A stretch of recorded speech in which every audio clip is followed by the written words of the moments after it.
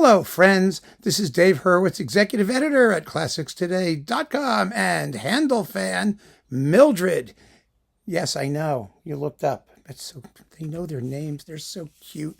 Anyway, we're talking about this marvelous new disc of Handel psalm settings from Rome, Dixit, Dominus, Nissi, Dominus, and Laudate, pueri.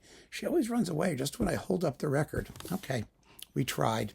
Anyway, she wants to play fetch. Yes, I know you want to play fetch. You can't do that right now. Just give me a break, okay? So anyway, yeah, this thing, Handel. Featuring the RIAS Kammerechor Berlin and the Akadamie for Alte Musik Berlin under Justin Doyle. Now, ironically, my favorite performance of the Dixit Dominus, it's just about the best one. Oh, there she is. Hang on, come here. Object of fetch. You ready? Go. Okay, now we're in business.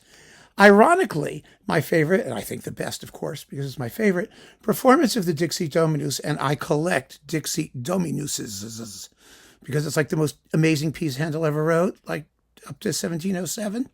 Anyway, my favorite one is almost with these same people. It's coupled with the ode for the birthday of Queen someone or other, Anne or Gertrude or one of those queens, and it's with Marcus Creed. With the vocal ensemble Berlin, which is not the RIAS Kammerechor Berlin, but probably all the same people, and the Akadamie for Alte Musik Berlin. So, on Harmonia Mundi. So there you go. Figures, right? Now, Dixit Dominus, let me just tell you, I mean, I've talked about it before. I did a video about it and actually played a sample of that other recording in that video. And got a copyright claim for it. Thank you very much, because Harmonia Mundi seems unable to remove copyright claims once you get them. Anyway, it's the most incredible piece. It's such a nasty text. Oh my God, it's horrible. How anybody could use this as a prayer. I mean, if you actually look at the words, thank God it's in Latin. It's about God is going to crush and destroy and rip and tear asunder and oh, it's just awful. Absolutely awful. But that's what makes it such a thrill, because Handel, who is the most inveterately theatrical composer who ever lived, just goes to town on the text. I mean, it's very intricate. It's written for 5 vocal soloists, 5-part choir, 5-part string ensemble, including divided violas. I mean, everything's in fives, and you have multiple movements based on the text. And the best is, he's going to throw all the heathens down into ruins. It's in ruinas, and the vocal line goes like that. It's all tone painting with the notes, and then it stops, and we get the words conquasabi in terra multiorum something. It's he's going to smite the heads of the kings of all the other nations and just destroy them and obliterate them, and it's a war chant, and you just got to hear it. You cannot believe that this thing was written in like 1707. They're all going conquasa ha ha ha ha conquasabi. I mean, it's really, really fascinating. It's like some primal. Oh, it's just.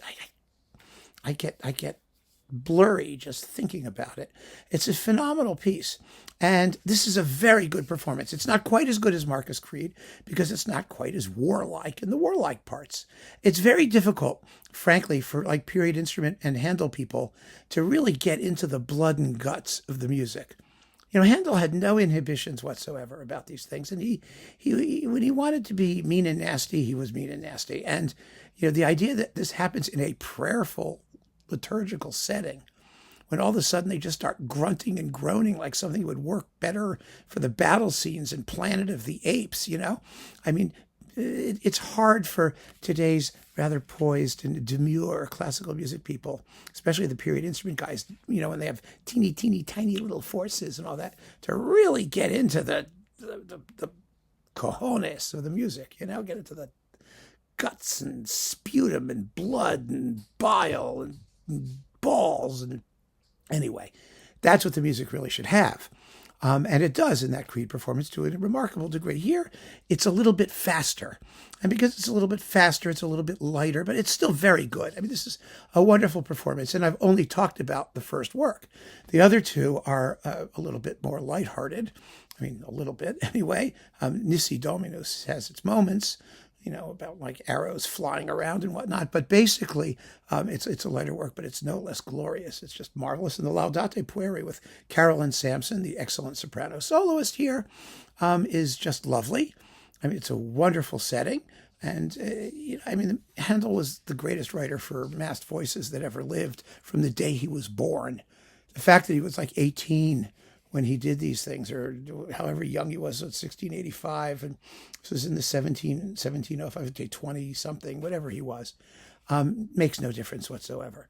He was a fully formed master. He wrote very little liturgical music in Latin, only because he was in Rome and he had to write for the Catholic Rite. And he had to write for the Catholic Rite. Yes, he had to write with a W for the Catholic Rite with an R, for the Catholic service, the Catholic liturgy.